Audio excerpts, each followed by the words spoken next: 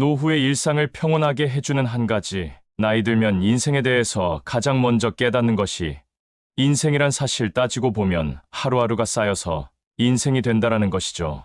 그렇기 때문에 우리는 거창하게 인생을 어떻게 살 것인가를 생각하는 것도 중요하지만 하루하루를 어떻게 살 것인지, 어떻게 디자인할 것인지, 어떻게 계획할 것인지도 대단히 중요합니다. 그리고 그 하루하루는 역시 아침에 눈을 떠서부터 잠자리에 들어갈 때까지 여러 가지 순간들이 모여서 하루를 이루죠.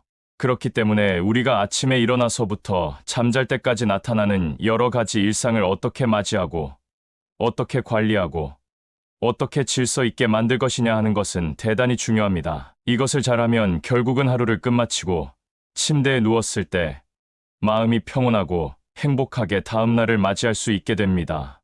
그러면 그 하루를 잘 디자인하고 기획하고 맞이하면서 또 순간순간마다 어떤 일을 할 때마다 평온을 유지하는 그런 방법이 여러 가지가 있습니다. 루틴이라는 말이 있습니다. 습관이라는 의미를 가지고 있죠. 예를 들어 아침에 일어나서 늘 모닝 커피를 마시는 것이 나의 습관이라고 하면 그것이 규칙적이고 계속 지속된다면, 그리고 그걸 통해서 마음의 평온을 얻는다면 그것이 루틴이죠. 단지 카페인 중독 때문에 커피를 마신다면 그건 루틴은 아닙니다. 그런데 하나의 의식으로서 절차로서 내 마음의 고요함과 평온을 유지하기 위해서 커피를 정해진 시간에 마신다면 그건 분명한 루틴입니다. 사실 루틴이나 징크스나 비슷한 것 같지만 좀 다릅니다. 징크스는 부정적인 자기 암시입니다. 이렇게 하니까 망하더라. 예컨대 시험날에 미역국을 먹으니까 점수가 안 좋게 나오더라 하면은 그것은 미신적인 믿음의 징크스라고 하죠. 반대로 루틴은 나는 어떠어떠한 것을 하면은 마음이 평온하더라. 마음의 질서가 잡히더라. 이런 긍정적인 자기 암시가 루틴입니다. 우리는 나름대로 가치가 있고 의미가 있는 이것을 이용해 볼 필요가 있습니다. 그런데 의외로 세계적으로 유명한 사람들, 세계적이 아니더라도 우리 주위의 유명인들 거의 대부분이라고 할 정도로 루틴을 가지고 있습니다. 우리나라 세계적인 선수 김연아 선수도 그런 루틴이 있죠. 김연아 선수는 빙판에 나가가지고 게임에 들어가기 전에 시계 방향의 반대 방향으로 한 바퀴 돌고 경기에 임하는 것이 그 나름의 루틴이라고 합니다. 그렇게 하면 마음이 다잡아지고 평온해지면서 이제 드디어 시작을 한다 하는 것을 알리는 것이죠. 그뿐 아니라 우리나라 국민들이 거의 다 알고 있는 서장훈 선수는 굉장히 깔끔하고 엄청나게 정리정돈하는 사람으로 소문나 있습니다.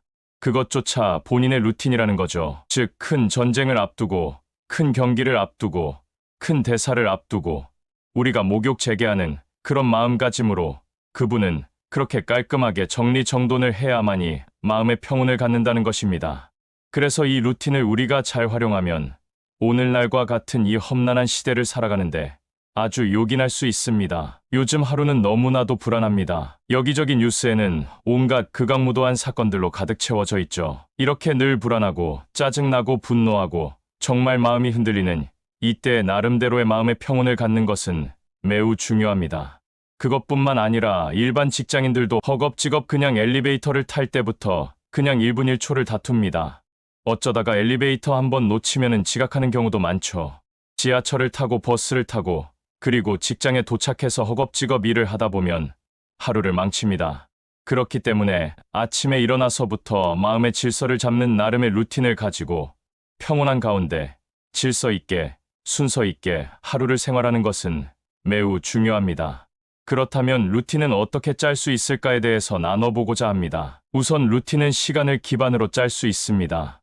시간을 기반으로 일어나면 무엇을 하고, 몇 시에는 이것을 하고, 몇 시에는 반드시 잠을 잔다라는 식의 루틴입니다. 그렇게 마음의 평온을 갖는 겁니다. 그래서 시간으로서 이 루틴을 삼을 수도 있습니다. 두 번째는 순서로 루틴을 잡을 수 있습니다. 예컨대 나는 아침에 일어나서 반드시 모닝 커피를 마시고 그 다음에 무엇을 해야 된다 이러면 이것이 순서에 의한 루틴입니다.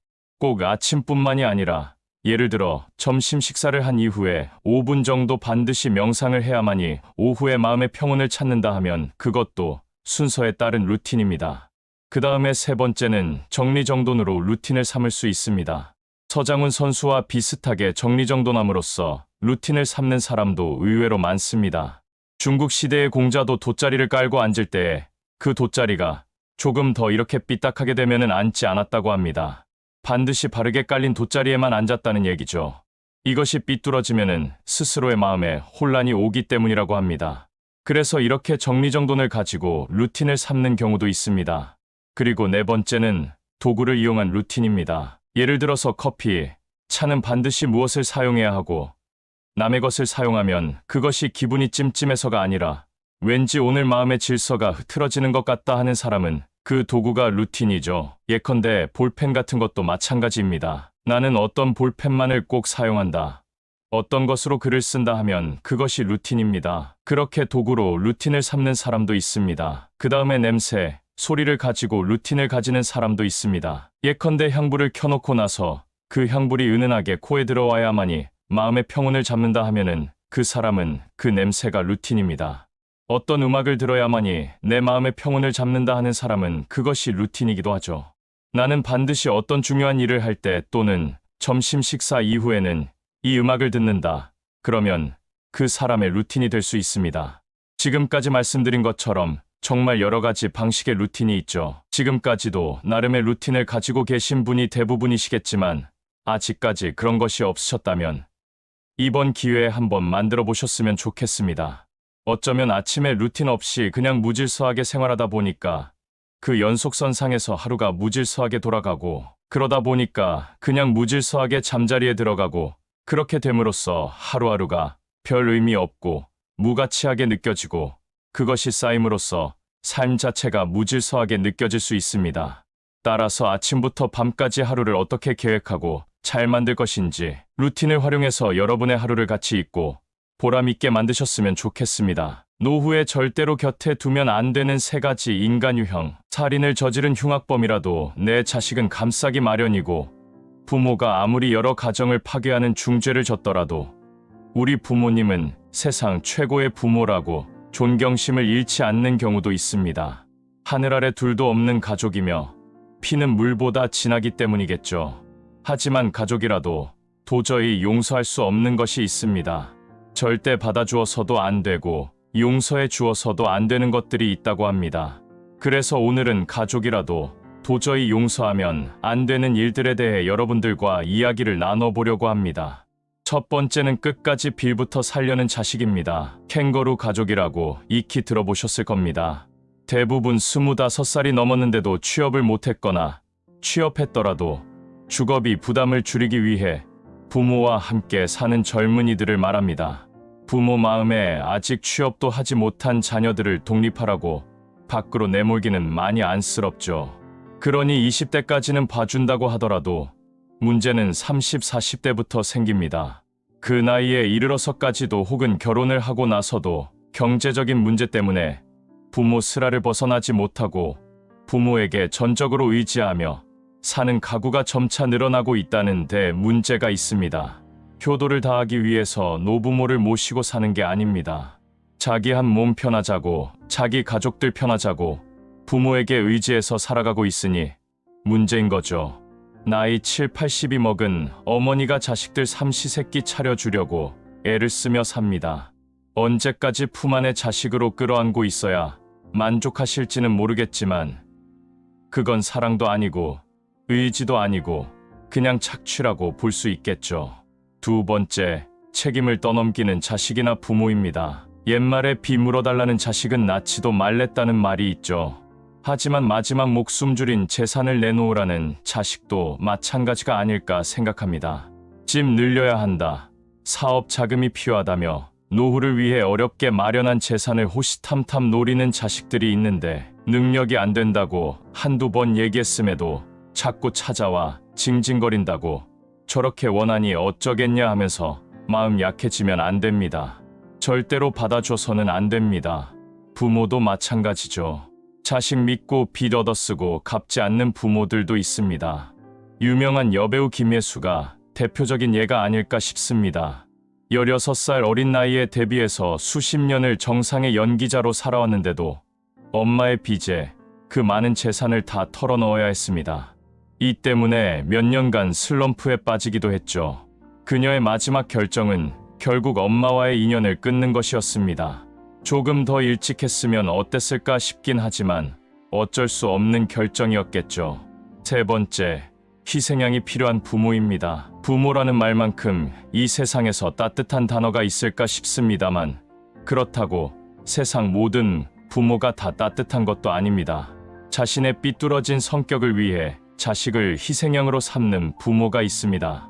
어떤 한 사람이 세 남매 중 외아들로 컸는데 어려서부터 아버지로부터 학대를 받으며 자랐고 아버지는 자신을 다른 가족들 앞에서 모욕을 주고 비아냥거리고 수틀리면 때리는 것은 물론이고 다른 가족들도 학대에 참여하도록 부추기기까지 했다고 합니다. 참고 차마 고등학교 졸업하자마자 집을 나와 혼자의 힘으로 대학 등록금 마련하고 살았는데 자신이 집을 나오자 먹잇감이 필요한 아버지는 다른 자식을 희생양 삼아 학대를 시작했다고 하죠. 이렇게 밖에서는 찌질하게 행동하면서도 집에 돌아와서는 가족들을 자신의 감정 배설물을 받아내는 쓰레기통으로 이용하는 사람들이 있습니다. 세상 제일 가는 찌질이고 멍청이죠. 제 아무리 부모라도 자식을 희생양으로 삼기를 바랐다면 그 인연에 얽매이지 않아도 됩니다. 자책감에 시달릴 필요 하나 없습니다. 하늘 아래 오직 하나뿐인 피를 나눈 가족이라도 받아줘서는 안 되는 것들이 있습니다. 용서도 필요 없죠. 상처 주고 빼앗아가고 희생양으로 삼는데도 가족이라고 혼자 안으로 삭히고 남들이 알까봐 쉬쉬하며 되레 가해자가 잘못될까 걱정하고 참고 살아서는 안 됩니다. 상대가 그렇게 나올 때는 이미 천륜이고 뭐고 이용하려고 드는 거니까 안타깝지만 보다 냉정하게 대응하는 것이 현명한 자세일 겁니다. 그렇게라도 해야 자신을 보호할 수 있겠죠. 끝까지 빌부터 살려는 자식, 책임을 떠넘기는 부모나 자식, 자식을 희생양 삼아 온갖 폭행을 저지르는 부모와는 용서도 필요 없고 받아줘서도 안 됩니다. 영상을 보신 모든 분들이 가족이라는 인연에 얽매여 자신을 죽이며 살아가지 않기를 진심으로 바라겠습니다. 외로운 노후를 보내는 사람들이 하는 4가지 걱정. 가족 구성원이 혼자인 1인 가구가 전체 가구 수의 3분의 1을 차지하고 있고 1인 가구 수는 점점 더 늘어날 것이라는 전망이 있습니다. 편의점도 그렇고 마트에서도 혼자 사는 분들을 위한 많은 제품들을 볼 수 있죠. 혼자 사는 분들은 편의점을 자주 이용하게 되니까 편세권이라는 말까지 생겨났습니다. 집을 구할 때 자주 이용하는 편의점과 가까워야 생활이 편하니까 역세권이란 말처럼 편세권이라는 말이 생겨난 겁니다. 이혼과 졸혼, 그리고 황혼이혼, 배우자와의 사별 등으로 중장년층의 1인 가구가 늘어가고 있고 여기에 더해서 50세 전후까지 결혼하지 않고 사는 사람들의 비율도 점점 늘어나고 있다고 합니다. 이렇게 50세 전후까지 결혼하지 않은 사람들의 비율을 생애미혼율이라고 합니다. 기준이 50세 전후지만 생애미혼율로 명칭이 붙여진 이유는 그 나이까지 미혼이면 그 이후에도 미혼일 가능성이 상당히 높기 때문이죠. 실제로 남자나 여자나 재혼이 완성되는 시기가 거의 남자의 경우는 47세, 여자인 경우는 한 45세쯤이면 재혼을 하게 됩니다. 그 기간이 지나면 그냥 독신으로 살게 될 가능성이 상당히 높아지는 거죠. 하여간 이래저래 중장년 이후 1인 가구는 늘어가는 추세라 할 수 있겠습니다. 싱글로 살게 되는 장점이 있죠. 자신이 좋아하는 취미를 자유롭게 즐길 수도 있고 자신이 원하는 것을 원하는 시간에 누구의 참견과 간섭도 없이 그냥 할 수 있습니다. 일에 지장만 없다면 자유롭게 훌쩍 여행을 떠날 수도 있습니다. 하지만 모든 것에는 밝은 면이 있으면 어두운 면이 있는 것이 세상 이치입니다. 노후가 예외 없이 혼자 사는 분들에게도 찾아올 겁니다. 그 나이가 되면 부모님도 계시지 않을 가능성이 높으니 돌봐줄 가족 한 명 없이 긴 노후를 혼자서 외롭게 감당해야 할 수도 있습니다. 그래서 오늘은 50세 이후에도 혼자 사는 사람들이 걱정하는 4가지에 대해 이야기해보고자 합니다. 인생은 어차피 혼자라고 할 수 있지만 그래도 오늘 이 4가지를 한번 미리 알아보고 준비하셨으면 좋겠습니다. 작년 6월경에 한 결혼정보회사가 이혼과 졸혼 그리고 배우자와의 사별 등으로 50세 이후 혼자 사는 분들이 가장 걱정하는 것이 무엇인지에 대한 설문조사를 했습니다. 남자 575명, 여자 425명, 이렇게 합쳐서 1,000명을 대상으로 실시한 조사입니다. 50세 이후 싱글들이 걱정하는 4가지. 첫 번째, 경제적 도움이 부족하다. 설문 응답자 중 10%가 경제적인 문제를 꼽았습니다. 싱글이 노후가 되면서 스스로 생활비를 충당하는 것이 걱정입니다. 자식이 있는 싱글이라면 좀 상황이 나을까 싶었지만 자식이 생활비 보태주는 것은 사실 기대도 하면 안 됩니다. 자기들 살기도 힘든 세상인데 그것까지 바라지도 않습니다. 노후를 맞이한 싱글들에게 연금이 효자 노릇을 할 겁니다. 수명이 길어진 노후를 대비하고 쪼들리지 않는 노년을 보내기 위해서는 여러 가지 연금으로 촘촘하게 현금 흐름을 준비해야 한다고 전문가들은 말합니다. 국민연금은 말할 것도 없고 직장에서 받는 퇴직연금, 그리고 스스로 가입하는 개인연금까지 모든 종류의 연금을 미리미리 가입하는 것이 좋습니다. 최소한 3개 정도는 준비해야 합니다. 이 중에서 가장 주의해서 관리해야 하는 것이 퇴직연금이라고 합니다. 국민연금은 직장을 다니고 있다면 자동으로 가입 기간 누적되고 개인연금은 본인이 알아서 가입해야 하지만 한번 가입하고 자동이체를 걸어놓으면 자동으로 통장에서 돈이 빠져나가 꼬박꼬박 적립됩니다. 하지만 문제는 퇴직연금이죠. 이직을 할 경우 이전 직장에서 퇴직연금을 수령하게 되는데 이걸 그냥 꽁돈처럼 생각하고 써버리는 경우가 많습니다. 마치 갯돈 탄 것처럼 말이죠. 이걸 그냥 써버리게 되면 연금 성격을 완전히 잃어버리기 때문에 노후에 지금 쓸 돈이 부족해집니다. 그래서 쓰지 말고 노후를 생각해서 IRP라고 짧게 부르는 개인형 퇴직연금에 가입해서 그 계좌에 넣어둬야 합니다. 금융에 대한 공부를 미리미리 하셔야 합니다. 50세 이후 싱글들이 걱정하는 4가지. 두 번째, 돌봐줄 사람이 없다. 내가 아플 때 괜찮은지 들여다보고 챙겨줄 사람이 없다는 불안감입니다. 그렇다고 갑자기 없던 자식을 만들 수 없는 노릇이고 또 자식들이 있다 해도 멀리 떨어져 살고 있을 텐데 도움받기가 현실적으로 쉽지 않습니다. 이럴 때를 대비해서 친구를 사귀어 놓아야 합니다. 바로 인프라 친구를 말이죠. 말 지어내기 좋아하는 일본인들이 사회 기반 시설을 얘기하는 인프라와 친구를 합쳐서 만든 말입니다. 우리도 인프라라는 말을 줄여서 많이 씁니다. 이럴 때는 대개 도로, 철도, 지하철, 항만, 공항과 같은 경제활동의 기반을 형성하는 기초적인 시설과 시스템을 이루는 말로 쓰이죠. 이런 인프라의 뜻과 친구를 결합해서 만들면 우리 일상생활에 필요한 도움을 서로 주고받을 수 있는 친구, 서로 버팀목이 되어줄 수 있는 친구를 뜻한다 하겠습니다. 이웃사촌이란 말이 있듯이 나이 들어서는 멀리 사는 친구보다 한 동네에서 살고 있어 매일매일 얼굴 볼 수 있는 친구를 사귀라고 합니다. 이렇게 매일 아침 서로의 안부를 확인할 수 있고 또 필요할 때 도움을 주고받으며 의지할 수 있는 친구가 바로 인프라 친구입니다. 평소부터 한 동네에 사는 인프라 친구를 만들어 놓아야 합니다. 서로 든든한 버팀목이 되어줄 겁니다. 세 번째는 간호해줄 사람이 없다는 것입니다. 자식이 있다고 수문의 시간 곁에 붙어서 간병인 노릇해주지 않습니다. 우리에겐 전문 간병인이 있으니까 걱정하지 마시고 비용을 감당할 준비만 하면 됩니다. 사실 싱글들이 노후 준비를 할 때 가장 먼저 신경 써야 하는 것이 바로 아플 때를 대비하는 것입니다. 아플 때 혼자면 굉장히 서럽습니다. 사실 싱글이 아니더라도 아플 때를 대비해야 하긴 합니다. 그래도 부부인 경우엔 한 명이 아프더라도 배우자의 소득으로 생활이 가능하지만 싱글은 사고를 당하거나 질병에 걸려 드러눕기라도 되는 날이면 의료비는 물론이고 소득까지 끊기기 때문에 이중고에 시달릴 수 있습니다. 그렇다고 그때마다 덜컥덜컥 저축해둔 돈을 헐어쓰기도 그렇습니다. 나중 생각한다면 쉽지 않죠. 혹시라도 생명보험 가입하신 분들 있다면 생명보험을 의료보험으로 돌려놔야 합니다. 싱글에게 필요한 의료보험은 실제 발생한 의료비를 지원해주는 실손의료보험이 있을 수 있을 테고 또 목돈을 지원해주는 정액보상보험도 있을 수 있습니다. 예를 들어 암보험이나 종신보험을 가입하는 것이 좋다고 합니다. 종신보험에는 특정 질병에만 적용되는 CI보험이 있고 일반적인 질병에 대한 보장까지 추가된 GI보험이 있으니까 하나하나 잘 알아보시기 바랍니다. 보험은 반드시 필요한 것이기 때문에 꼼꼼하게 살펴서 자신에게 딱 좋은 보험에 가입하시기 바랍니다. 마지막은 바로 외롭다는 것입니다. 설문 응답자의 반수가 넘는 51.8%가 이렇게 답변했습니다. 외로움을 떨쳐내는 가장 좋은 방법은 바로 바쁘게 사는 것입니다. 외로움을 느낄 시간이 없고 마음에 공허함이 비집고 들어올 틈이 없을 정도로 그냥 바쁘면 되는 거죠. 바쁜 사람에게 외롭다고 말하면 배부른 소리 하고 있다고 핀잔 듣기 딱 좋습니다. 바쁘게 살기 위한 아주 좋은 두 가지는 바로 일과 취미입니다. 일이 있으면 앞서 말씀드린 생활비에 대한 걱정도 없어지죠. 일석이조라고 볼 수 있습니다.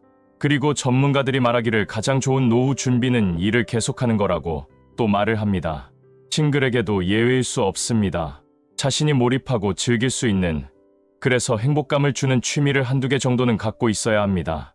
그래야 자신이 발전하고 있다는 성취감도 얻고 취미를 통해 만나는 사람들과의 관계를 유지하면서 고립감 없이 지낼 수 있습니다. 최고 중에 최고는 취미를 직업으로 승화시켜 은퇴 없는 인생을 사는 거라고 볼 수 있습니다. 싱글의 시대가 도래하고 있습니다. 시간 차이만 있을 뿐 누구나 언제고 싱글로 살아갈 날이 오겠죠. 지금부터 차근차근 암울한 싱글이 아니라 평안하고 안락한 싱글로 살아갈 수 있도록 준비가 필요하겠습니다. 오늘도 영상 보신 모든 분들의 하루하루가 행복하시길 진심으로 바라겠습니다.